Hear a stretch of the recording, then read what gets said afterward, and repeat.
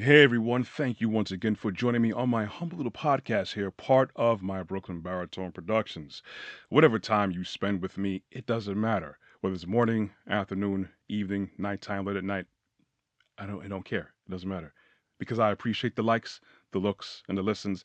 Of course, I'd appreciate you hitting that subscribe and notification bell on my YouTube channel, Brooklyn Baritone, to try and get the algorithm to swing in my favor. But you know what? No pressure from me whatsoever. Do what you will. Well, of course, I'm going to talk about things that may push people away and scoff like this guy is crazy. He's Looney Tunes. He doesn't know what he's talking about. Or it may make you sit and lean in a little bit more to watch or listen, depending on what platform you're on. Of course, I have my little creative side, as you see on my channel and my other podcast, but also I always talk about Yah and everything pertaining to him. Well, I try not to be a lightweight, so I'm going to talk about something that many people seem to gloss over or pretty much ridicule or don't take too seriously. What I'm going to talk about today are some points that I've come across concerning Noah's Ark. Yeah, the guy that usually has the painting in a kid's book where he's smiling and happy and there's smiling animals and giraffes and elephants and on a small little tiny boat, and they just had fun for a few days on the water.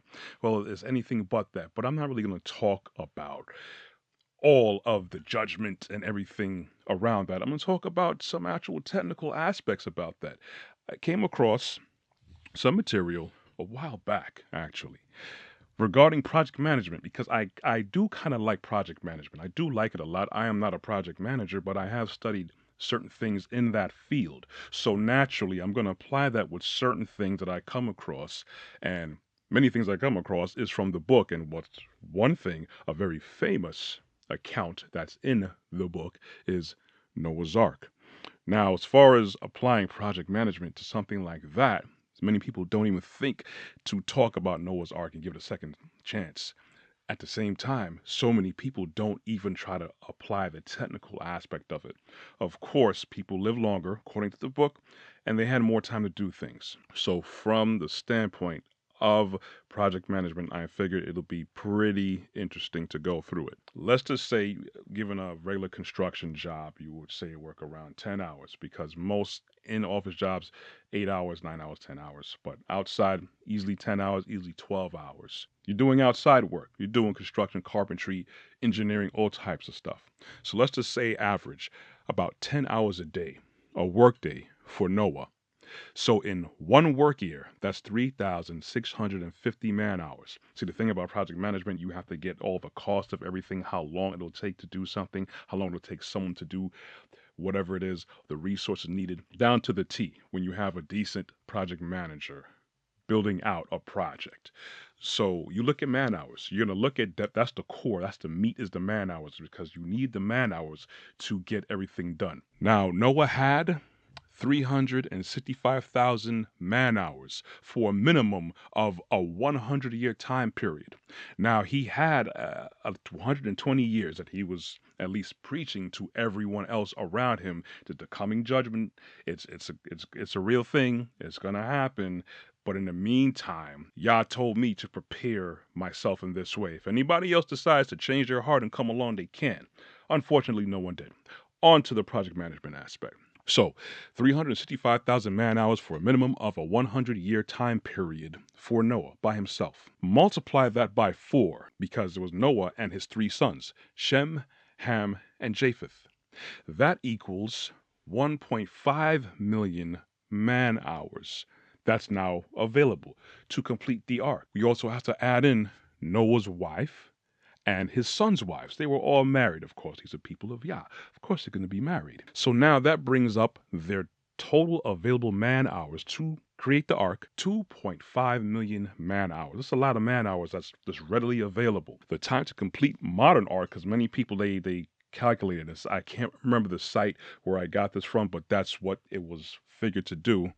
It was around 20,000 work hours to complete a modern ark. Now, the time available to Noah and his family was 2.5 million man hours, work hours. That's not including help that he may have gotten. So there are different things to understand. And the problem is that many people can't think of this as a realistic technical aspect of the account of Noah and the ark and the flood. Unfortunately, that's a byproduct of our education, or I should say, miseducation. So, my goal here is to hopefully undo a little bit of that and do some re educationing. We are taught too many times that ancient man, we came from cave dwelling, ape like descendants that had clubs and ran around and jumped around fire. This is the furthest from the truth. So when we have that mindset ingrained in us, even though we come across many archaeological finds that defy what we have learned in school, we still can't get past it because it's saturated in our social culture and being to think that ancient man was too stupid, too naive, and just not skilled enough, which is the furthest thing from the truth, especially if you go by the word. I go by the word, and then actual scientific finds. You find so much things, and I'm going to go more into some scientific findings regarding this. Now, we just went over the man hours. We're not talking. I didn't even cover the resources that were available to them, and again, because we think ancient man is stupid, we think that Noah and his people just didn't have the intellect and the skill sets to complete something like this. That's indoctrination at its finest.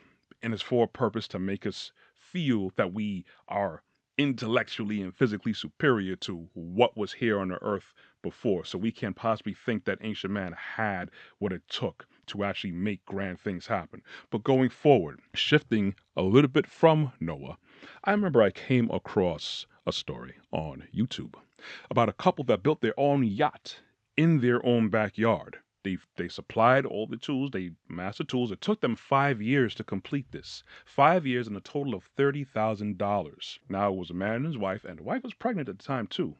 Granted, they did have help when they needed it, of course, because they can't do every single thing by themselves.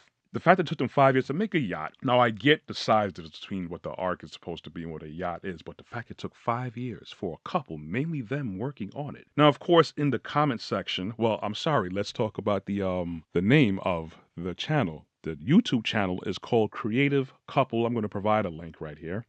And of course, in the comment section, a lot of accolades, a lot of kudos, and a lot of praise for their skill and their accomplishment. When it's well deserved praise.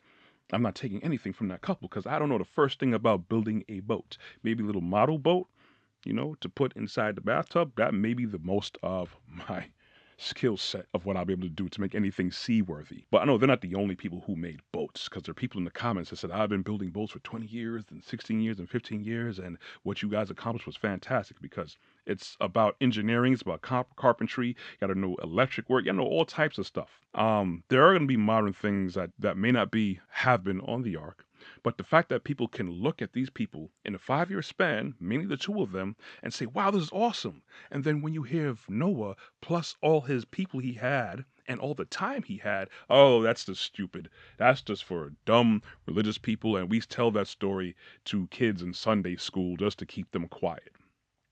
The hubris that is just available to us, the hubris that we've reached to think that can anything really good or grand or actually technologically sound come from the ancient world just proves to us how dumbed down and ignorant that we have become. But going forward, I know a lot of people, of course, like I said, because of education, because of society, they don't think that Noah's Ark has even existed, because there's science papers. You look on scientific sites where it says there's never been found, it never existed, it couldn't have been done by these people given their intellect at the time and their technological prowess. How do you know what their intellect was and their technological prowess was if you weren't even there? Were you there, sir or madam? You weren't. But chances are that many people have never heard of a man named Ron Wyatt. Ron Wyatt, of course, is a man of faith. And he became an amateur archaeologist through his faith because he sought out to test the word. See, this is how people get saved. This is how people come closer to the word, because they actually challenge the word. They don't follow it blindly. There's so many people of faith that you cannot shake them now because they actually challenged the word and they actually found that this this stuff here and this what I'm reading is legit. So he set out in the world to go find all these archaeological sites. I'm going to talk about the Ark. He has so much more. I'm going to post this video because so many people have no idea who this guy is, and he's one of the people who actually confirmed that in Turkey, in the mountain range of Ararat, that is where the Bible says that the ark rested. Now, the fact that the book, written so long ago, said that this is where the ark rested, and this man, he's not the only one who went there, but he's the one who did such extensive research.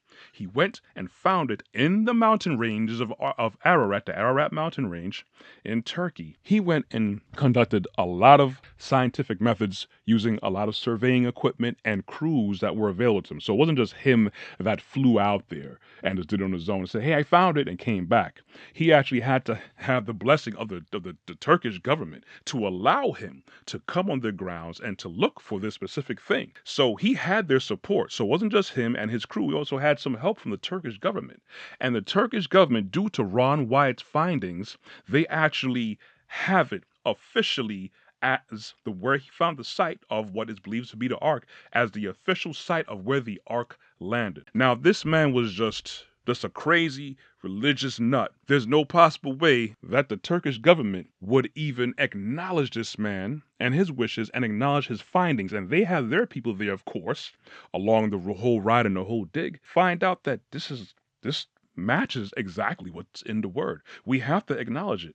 So the Turkish government actually acknowledged this man's work and his findings. Unfortunately, so many people never heard of this man. Why is that? Because mainstream media and mainstream science, which I call pseudoscience, they would never ever expose something like this, because if this got out to mainstream people, it will crumble everything that this fake pseudoscience culture has built up.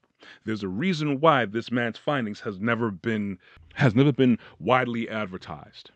There's a reason why not just Ron Wyatt, but so much other things that point to the book. Findings from other legitimate companies, governmental digs, and other scientific methods. There's a reason why that these things are not brought to light.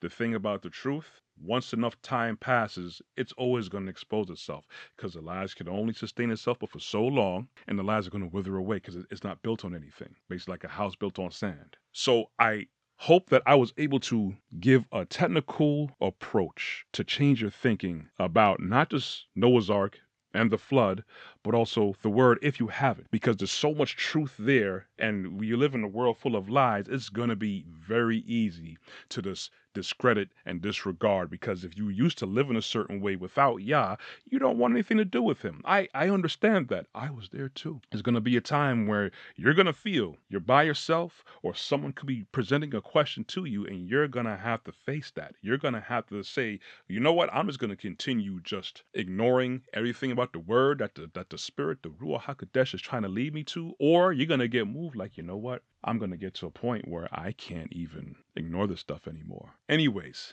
that's all I got. Thank you for joining me. If you want to get some more of your Brooklyn Baritone fix, please feel free to go to my website at brooklynandbaritone.com. Got a lot of different things there, a lot of content, and I also have merch. Yeah, I got merch. I'm wearing some merch right now. You could also check out my YouTube site at Brooklyn Baritone. I'm also found on LinkedIn under Corey Ashley. You could find me also on Facebook, Instagram, and TikTok. The audio versions of these podcasts are available on Google Podcasts, Amazon Music under Podcasts, and Apple Music under Podcasts, or Apple Podcasts. I also air four times a week on local Brooklyn cable television. On Tuesdays and Thursdays at 12 a.m. and 2 p.m. on Verizon, Optimum, RCN, and Spectrum. Thank you guys for listening. I wish you guys the best. I want you guys to be blessed. Love you all. This is why I share these things with you. Anyways, walk good. I'm out.